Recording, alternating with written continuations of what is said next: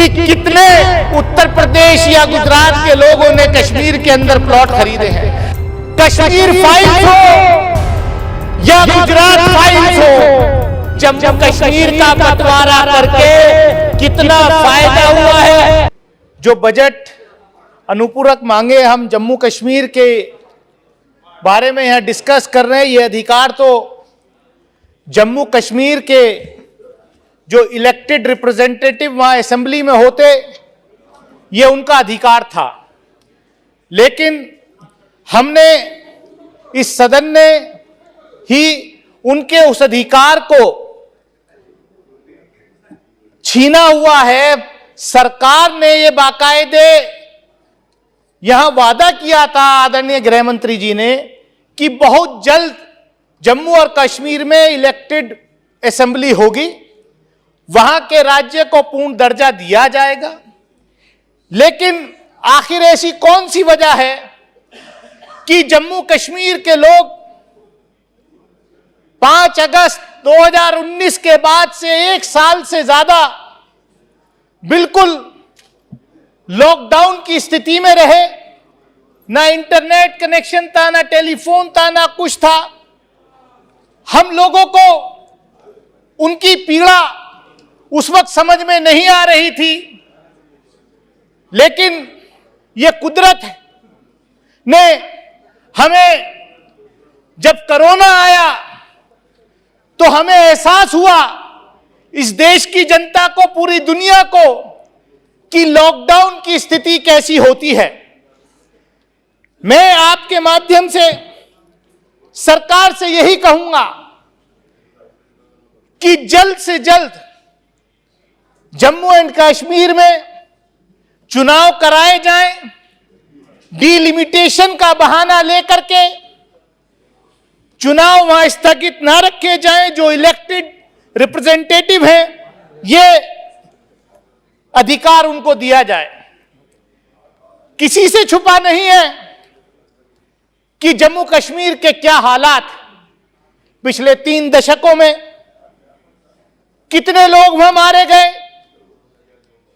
हजारों की संख्या में लोग मारे गए, कश्मीरी पंडितों को वहां से निकाला गया,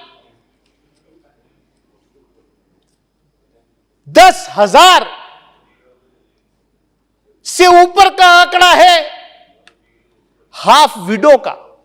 यह टर्मिनोलॉजी हाफ विडो, मैंने जब मैं कश्मीर गया था, जम्मू कश्मीर गया था एक डेलीगेशन में, तो मेरे सामने ये टर्मिनोलॉजी वहां पर आई।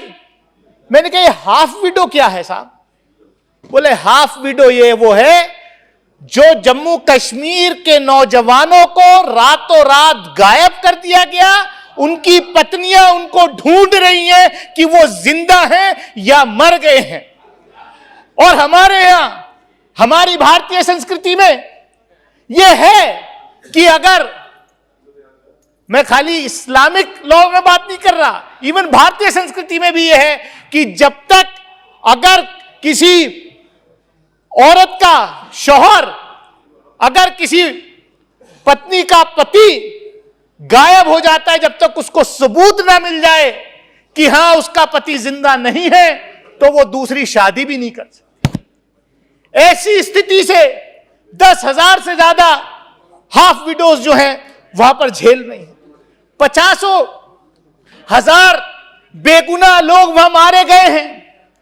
और जब ये सरकार आई थी तो इन्होंने वादा किया था कि कश्मीरी पंडितों को वहां पुनर्स्थापित किया जाएगा। मैं आपके माध्यम से पूछना चाहता हूं सरकार से कि पिछले 2 वर्ष में आपने कितने कश्मीरी पंडितों को पुनर्स्थापित किया? पिछले 7 वर्ष में आपने कितने कश्मीरी पंडितों को पुनर्स्थापित किया जम्मू कश्मीर के अंदर? आपके पास, मैं समझता हूं, कोई जवाब नहीं है। हां, आपने पिछले 7 साल में, बड़े अभी माननीय मंत्री जी कह रहे थे कि हमने ये किया, हमने, आपने किया। जिस आतंकवादी को, क्योंकि सुप्रीम कोर्ट ने फैसला दे दिया कि वो आतंकवादी था जिसने पार्लियामेंट के ऊपर अटैक किया था, अफजल गुरु, उसको शहीद बताने वालों के साथ भारतीय जनता पार्टी ने जम्मू कश्मीर के अंदर सरकार चलाई थी। और आप कहते हैं उनकी बात, आप सिर्फ यहां पर बात आई अभी कि कश्मीर फाइल्स एक मूवी आई है, उसको देखना चाहिए। मैं कहना चाहता हूं माननीय सभापति महोदय, कश्मीर फाइल्स पे या गुजरात फाइल्स पे मूवीज बना करके लोगों में नफरत का माहौल पैदा नहीं करना चाहिए। और ये नफरत जो है ये हमें खा जाएगी। और ये देश में जो मेरी आपके माध्यम से मांग है कि ऐसी किसी भी मूवी पर, ऐसी किसी भी फिल्म के ऊपर जो है तत्काल बैन लगाया जाना चाहिए जो इस देश में नफरत की भावनाएं पैदा करती है, नफरत की भावनाएं फैलाती है। हम कब तक गुजरात फाइल्स याद करें? हम कब तक कश्मीर फाइल्स याद करें? हम जो है हमें देश को, एक नौजवानों को देश के निर्माण में लगाना है, हमें बांटने का काम नहीं करना है। हो सकता है ये नफरत फैला करके आपको कुछ पॉलिटिकल फायदा हो जाए, आपको जो राजनीतिक फायदा हो जाए, कश्मीर जलता रहे, जले आपसे, आपको जो है दूसरे प्रदेशों में फायदा हो जाए, लेकिन ये देश के लिए अच्छा नहीं है। और मैं आपसे, आपके माध्यम से सभापति महोदय सिर्फ इतना ही कहना चाहता हूं, भाई 2019 के बाद जब यहां पर कश्मीर डिस्कस हो रहा था, जब जम्मू कश्मीर की विधानसभा को खत्म किया गया, जब जम्मू कश्मीर राज्य के टुकड़े किए गए, जम्मू कश्मीर के लोगों के अधिकार छीने गए, उस वक्त यहाँ बड़े जोर जोर से भाषण हो रहा था कि साहब अब जो है, मुझे भी कहा था सामने से गृह मंत्री जी ने उठ के कि अब दानिश अली आप भी जाकर के प्लॉट खरीद सकते हो, जमीन खरीद सकते हो जम्मू कश्मीर में, पहले नहीं खरीद सकता। मैं पूछना चाहता हूं कि कितने उत्तर प्रदेश या गुजरात के लोगों ने कश्मीर के अंदर प्लॉट खरीदे हैं?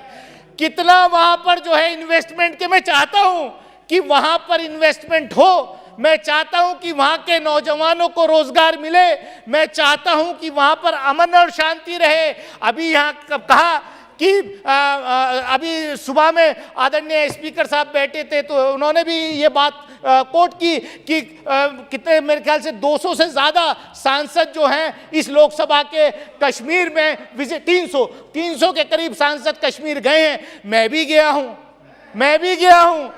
गया था और मैं परिवार के साथ भी गया था, लेकिन वहां पर शाम 6 बजे के बाद जो आपकी सिक्योरिटी में लोग रहते हैं, बुलेट प्रूफ गाड़ी में बिठाकर, वो कहते 6 बजे के साहब हम भी आपके साथ नहीं जाएंगे, जाकर के होटल में बंद कर दिए जाते। मैं आपके माध्यम से सिर्फ इतना ही कहूंगा कि देश के अंदर, मैं सिर्फ सभापति महोदय, मैं चाहता हूं कि कश्मीर में, जम्मू कश्मीर में शांति बहाल हो।